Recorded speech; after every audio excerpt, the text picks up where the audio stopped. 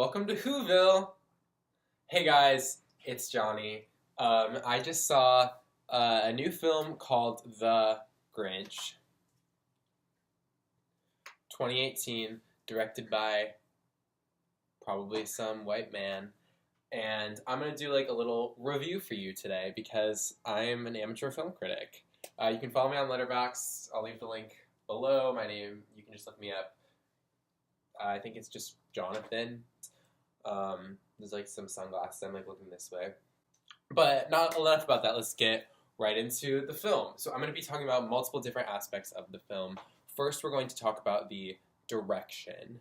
I would say the direction of this film was probably marketed at kids, but it did appeal to a mass audience because of the universality of the story. It was kind of a fast-paced film. It only lasted about 90 minutes. They really didn't have a lot of excess scenes. It was kind of just like the story kind of played out, so I thought that was pretty good. It was kind of reminiscent of like directing style of, say, like Pulp Fiction. Just kind of, it was basically like shorter version of Pulp Fiction. Next, we're going to talk about cinematography. And since this is animated, there really wasn't any cinematography except for the animation.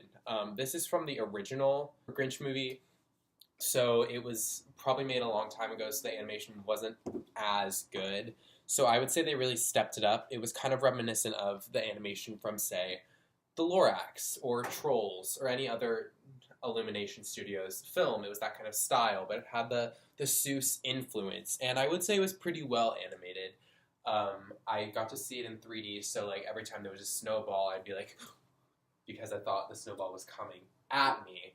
And I'm not really sure how 3D works, but luckily we do have a scientist here to explain to us the mechanisms of three-dimensional film. Special guest, this is Dr.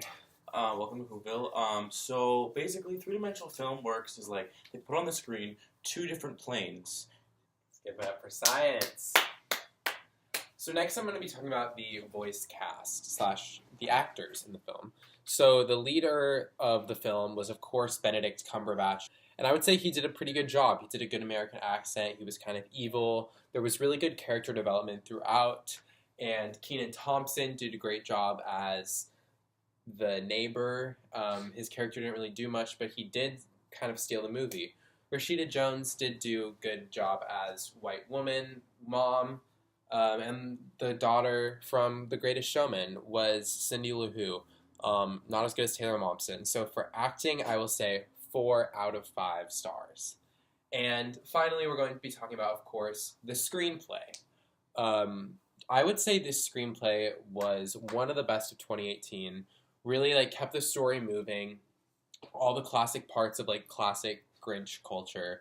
But it did kind of have a new twist on it. The Grinch was very quirky. He was very antisocial. He probably has a Tumblr page. I would say this screenplay would be 4.5 out of 5 stars.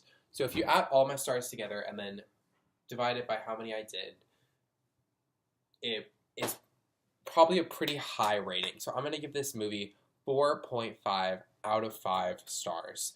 I also highly recommend seeing it in 3D.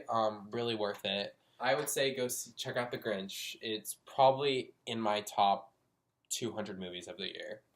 So, like and subscribe. Go to see The Grinch.